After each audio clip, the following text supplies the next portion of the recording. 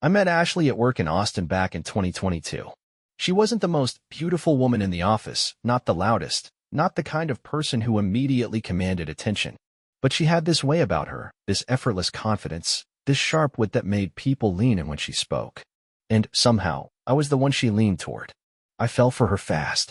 Too fast, maybe. At first, everything felt easy. We clicked. We laughed at the same stupid jokes, had the same cynical takes on office drama, the same love for late-night tacos from the hole-in-the-wall place down the street. She'd steal fries off my plate without asking, roll her eyes when I complained, and somehow, it always made me like her more. And then, one afternoon, she ended it. Just like that. It wasn't a fight, not really. Just some dumb disagreement about weekend plans, something no one in their right mind would end a relationship over. But she did. And she did it loud. In front of half the office. I still remember the way she said it. You know what? Maybe this just isn't working. Like it was nothing. Like I was nothing. People turned to look. Someone muttered, damn. I didn't argue. Didn't fight. Just stood there, feeling like the ground had cracked open beneath me. The next few weeks were hell. I tried to pretend like it didn't bother me, but seeing her every day at work, seeing her laugh with other people like I never even existed, it was like being stabbed with a dull knife, slow, painful, impossible to ignore. So I left, found another job, tried to move on. And for a while, I thought I had. But Austin isn't a big enough city to outrun someone. We ran into each other at a coffee shop one morning. She looked surprised. I tried to act like I wasn't. Nick, she said, like she wasn't sure if she had the right to say my name anymore. I forced a nod. Ashley. A pause. Then, a small, hesitant smile. You look good. I wanted to tell her to go to hell. Instead, I just shrugged. We started talking again after that. Just small things at first, passing conversations, polite nods. Then, somehow, she was texting me again. Somehow, we were meeting up, just as friends. And then one night, she showed up at my door. I screwed up, she admitted, her voice quiet. I shouldn't have ended things like that. I was impulsive. I was stupid. I should have sent her home. I let her in instead. We got back together. And for a while, it was good. Better, even. Like she was trying to make up for the past, to prove that this time, she was in it for real. We talked about the future. Marriage. Kids. A life together. I believed her. Hell, I believed in her. So I started working extra hours, saving up. I had this whole plan. Buy a house, propose, give us the future we talked about. I wanted it to be a surprise. And then, out of nowhere, she asked for a break. No warning. No explanation. Just, I think we need some space. It felt like déjà vu. Like the universe had pulled me right back to that moment in the office when she had so casually decided I wasn't worth it. But this time, it wasn't public. This time, it was just the two of us in my apartment, her standing in the doorway like she was already halfway gone. I didn't understand. I had done everything right. I had given her everything. And yet, here we were again. I asked why. She dodged the question. Said she needed time to think. That's when I started putting the pieces together. For months, she had been talking about this new guy at work, Matt. At first, it was just little things. Matt said the funniest thing today. Matt and I grabbed lunch, just as coworkers, obviously. I hadn't thought much of it. Until she stopped mentioning him altogether. And I wasn't stupid. I knew what that meant. Still, I wanted to be sure. So I called Megan, a close friend who still worked with Ashley. At first, she didn't know anything. But a few days later, she called me back. Nick. I asked around, she said hesitantly. And I don't think you're gonna like this. I already knew. But I made her say it anyway. Some of the people at work have been telling Ashley she could do better, she admitted. They think you're too distant. That you're not really committed. I almost laughed. I was literally working overtime to build a future for us. And they've been pushing her toward Matt. There it was.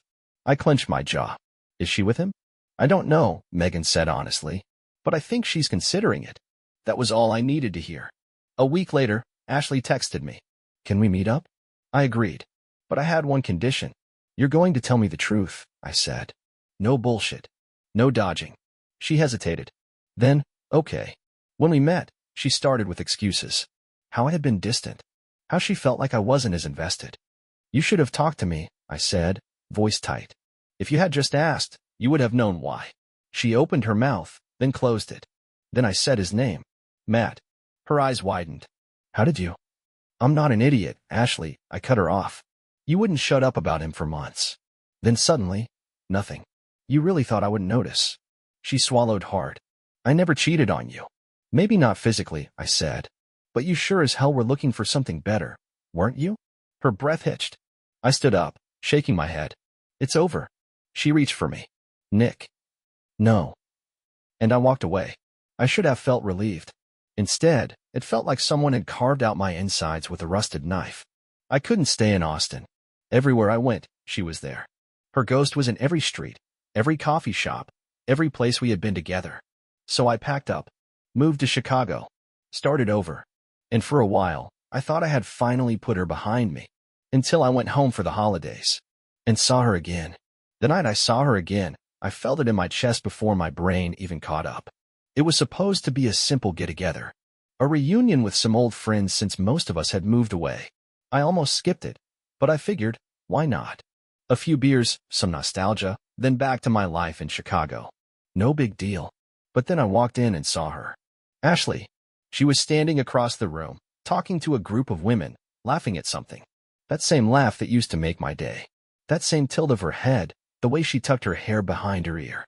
It was like my body recognized her before my mind did, like my chest tightened on instinct. And then she looked up. Our eyes met for half a second. She smiled. Just a small, hesitant thing. The kind of smile people give when they don't know if they're welcome anymore. I forced my expression into something neutral, gave her a curt nod, and turned away. I spent the next hour doing everything I could to avoid looking at her. Caught up with old friends, laughed at stupid stories, pretended like she wasn't in the same room. And for a while, it worked. Until someone decided to bring her up. You know, she and Matt didn't last, right?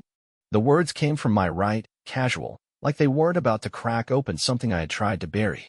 I didn't react. Just took a slow sip of my drink. 2 months, the guy continued. She ended it. Guess she realized the dude wasn't all that after all. I let out a short, humorless chuckle. Not my problem. Yeah, but... I cut him off with a look, and he wisely dropped it. I left the party soon after that. The next morning, my phone buzzed. A missed call from an old friend. And a text. Hey, I know you're leaving soon, but can you do me a favor? It's about Ashley. Call me when you can. I stared at the screen for a long time before tossing my phone aside. I already knew what the favor was, and there was no way in hell I was going to do it. Later that day, my friend finally got me on the phone. Okay, before you say no, just hear me out, he started. I exhaled sharply. I already know what you're gonna ask. Look, man, she got a job in Chicago. Her uncle's company. She's moving there in a few days and... No. He sighed. Nick. I said no. You won't even let me explain?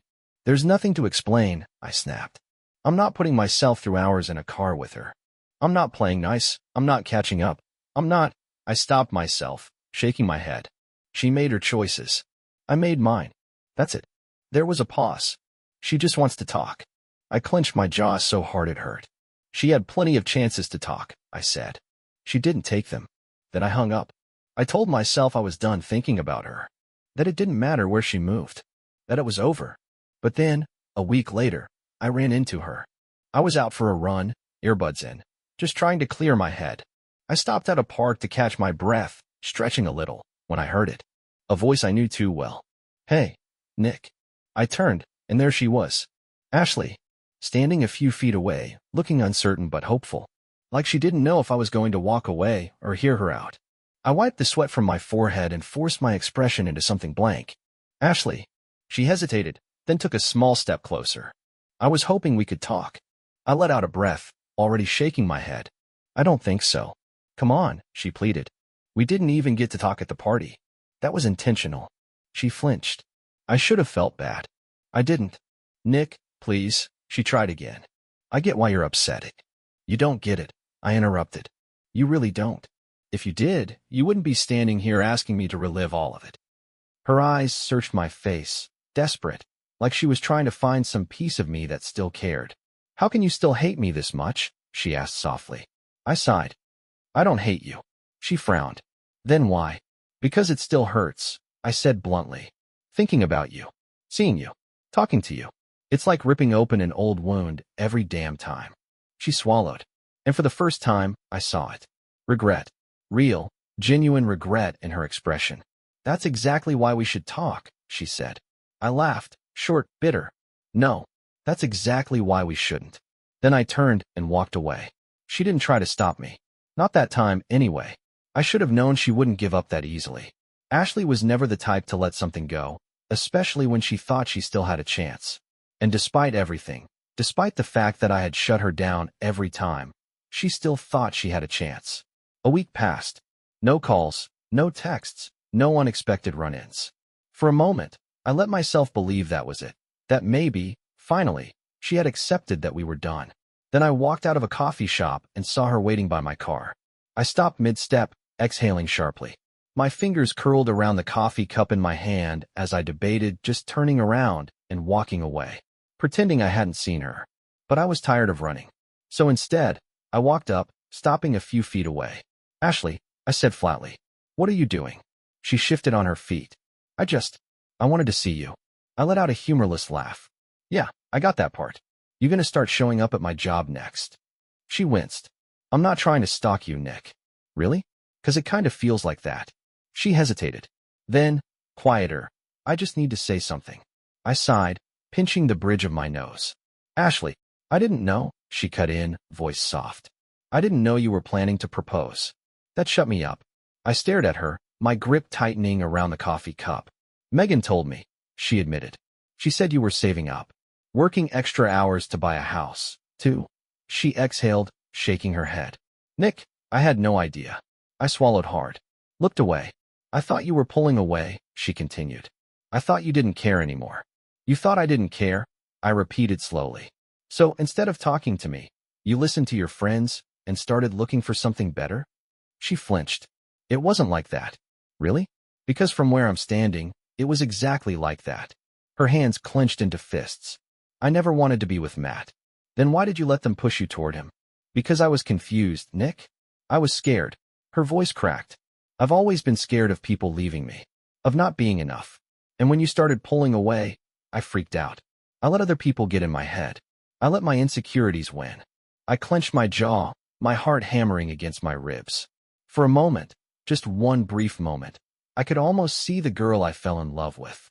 The one who used to dance in the kitchen while waiting for coffee to brew, who would steal my hoodies even though they swallowed her whole.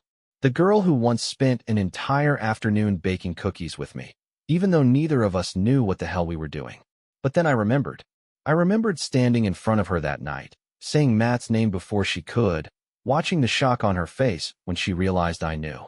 I remembered how she only regretted everything after she found out what I had been planning. She didn't regret hurting me. She regretted what she lost. I shook my head. "It doesn't matter anymore, Ashley." She looked up at me, eyes searching mine. "Of course it matters." "No, it doesn't," I said, firmer this time. "Because no matter what excuse you give me, it doesn't change what happened. It doesn't change the fact that you made your choice." Her breath hitched. I took a step back, unlocking my car. "I'm done with this conversation." She swallowed hard, looking like she wanted to argue, but I think she saw it in my face, the finality. I got in my car and drove off. That should have been the end of it. But it wasn't.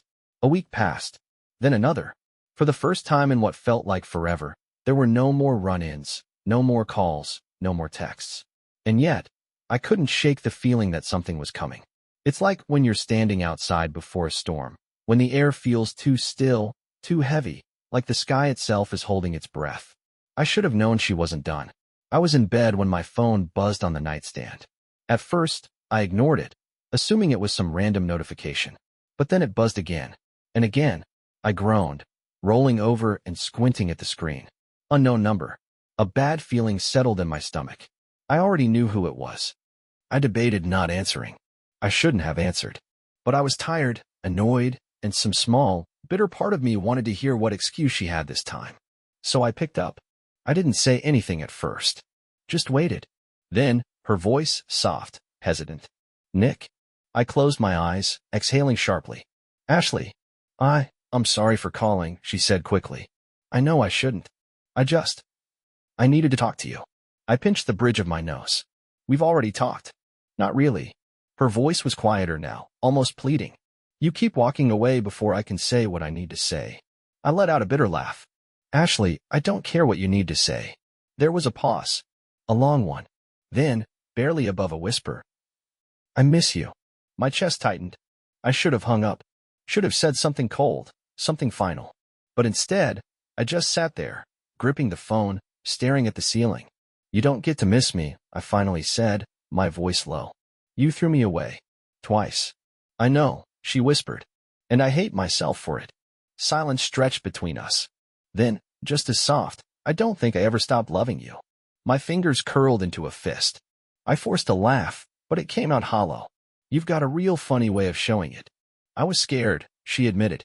You were everything I ever wanted, and when I felt like I was losing you, I freaked out.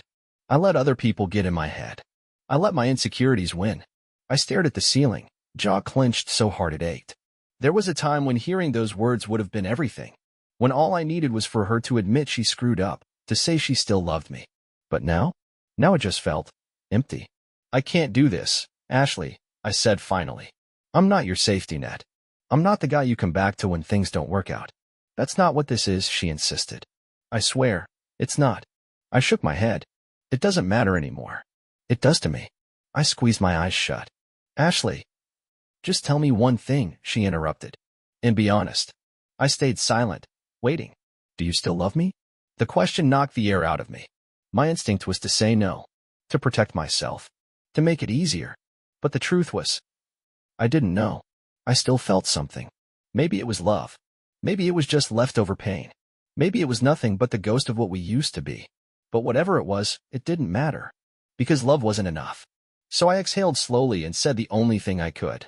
It doesn't change anything. I heard her breath hitch. Then, a quiet okay. I hung up. And this time, I blocked her number. I thought that was the end of it. But then her parents reached out. I wasn't expecting to hear from her parents. When I saw Mrs. Bennett's name pop up in my DMs, I just stared at it for a long time. I had always liked Ashley's parents. They were good people. The kind of people who sent Christmas cards and made you feel like family, even when you weren't. But they had never meddled in our relationship. Not when she dumped me the first time. Not when we got back together. Not even when it all fell apart again. So why now? I debated ignoring the message. But some mix of curiosity and exhaustion made me open it. I just wanted to apologize for everything. Please call me when you have a moment. I sighed, rubbing my face. What the hell was there to apologize for? Still, I dialed the number. She picked up on the second ring. Nick, sweetheart, she said, her voice warm as ever. I hope I'm not bothering you. Not at all, I lied. I won't take up much of your time, she promised. I wanted to say I'm sorry. I frowned. For what? For everything Ashley put you through, she admitted. For how she's been acting lately. I exhaled sharply. You don't have to apologize for her. Maybe not, but it still feels like the right thing to do. There was a shuffling noise, then a deeper voice, Mr. Bennett. Nick, he said, always the straight shooter. I just want you to know, we had no idea she was still bothering you. I sighed. It's fine. I handled it. We had a long talk with her, he continued. And to be honest with you, it felt like talking to a teenager, not a grown woman. I let out a humorless chuckle. Yeah, I know the feeling. She promised us she'd leave you alone, he said firmly. And we made her agree to start therapy. That caught me off guard. Therapy? I wasn't sure why, but that actually made something in my chest unclench a little. I didn't hate Ashley. I was angry, hurt, frustrated beyond belief. But at the end of the day, I didn't want her to spiral. I didn't want her to get stuck in this loop of regret and bad decisions. I just wanted her to learn, to be better. Not for me, just for herself. That's good, I said finally. I hope she sticks with it. There was a pause. Then Mrs. Bennett said, she really did love you, you know. I swallowed hard, gripping the phone. I know. Another pause. And I think, in some way, you still love her too. I closed my eyes. That doesn't change anything. I suppose it doesn't, she said softly. We said our goodbyes. I thanked them, told them they were good people. And for the first time in a long time, I felt like I could breathe. Because this was it. The real ending. Ashley wouldn't break her parents' trust. If they told her to back off, she would. And I could finally, put it all behind me. The past year had been a mess. I'd been hurt in ways I never expected. I'd lost someone I thought I'd spend my life with. But I'd also learned. I'd learned that love wasn't just about feelings. It was about actions. And when someone shows you who they are, You have to believe them. So I let her go. For good.